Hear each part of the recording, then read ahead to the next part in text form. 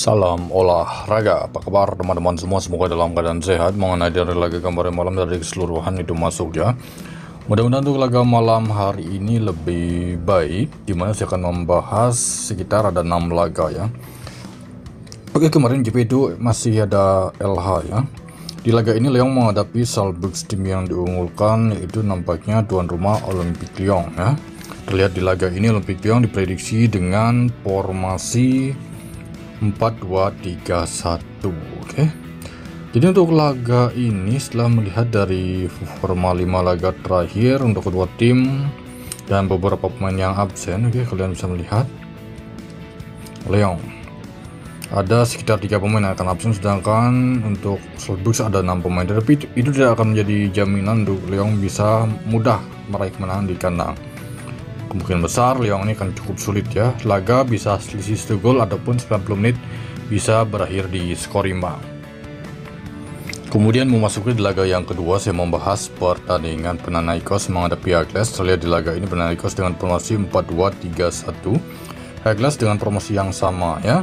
Di laga ini tim yang diunggulkan Panathinaikos. Terlihat di laga ini Panathinaikos sangat banyak pemain mereka mengalami cedera, itu ada 6, 9, 10 ya, nampaknya ada 10 pemain, sedangkan untuk Heracles ada 3 pemain.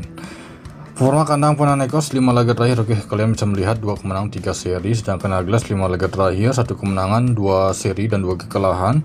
Ini pertemuan pertama untuk kedua tim. Oke, jadi untuk laga ini menurut versi saya sendiri nampaknya laga bisa imbang ya, bisa imbang untuk laga Panathinaikos menghadapi Heracles. Kemudian selanjutnya memasuki laga yang ketiga, saya membahas pertandingan Fenerbahce menghadapi Nice. Di laga ini terlihat Fenerbahce dengan formasi 4-2-3-1, sedangkan Nice dengan formasi 3-4-2-1 ya.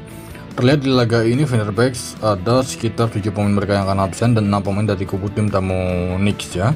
5 laga terakhir forma kandang Fenerbahce 2 seri 3 kemenangan, sedangkan forma tandang Nice ini tidak begitu baik ya, kalian bisa melihat. Oke, 5 laga terakhir 4 kekalahan 1 kemenangan. Terlihat dari head to head, kedua tim sudah sempat bertemu pada tahun 1000 sekian ya. Jadi untuk laga ini kemungkinan besar Fenerbahce bisa meraih kemenangan di kandang sama tapi tim tamu Nice. Selanjutnya saya membahas pertandingan tuan rumah Bologna menghadapi Freiburg. Tim yang diunggulkan itu tuan rumah Bologna ya. Terlihat di laga ini line up formasi terlihat Bologna dengan formasi 4-2-3-1, begitu juga dengan Freiburg. 5 laga terakhir untuk kedua tim, oke, seperti ini. Sedangkan beberapa pemain yang akan absen itu ada sekitar 4 pemain dari tuan rumah Bologna, 1 pemain dari tim tamu Freiburg.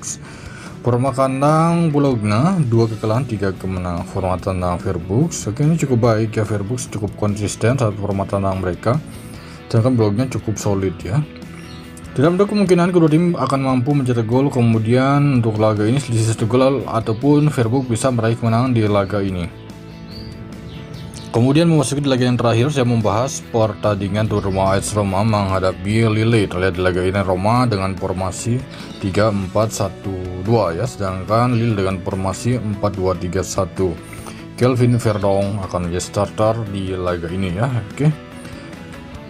Terlihat di laga ini dari tuan rumah Roma ini ada sekitar 6 pemain mereka yang akan absen termasuk Dybala, sedangkan 5 pemain ya dari tim tamu Lille. Forma kandang Roma ini cukup baik, forma kandang mereka, sedangkan Lille bisa dikatakan tidak konsisten saat bermain tandang ya.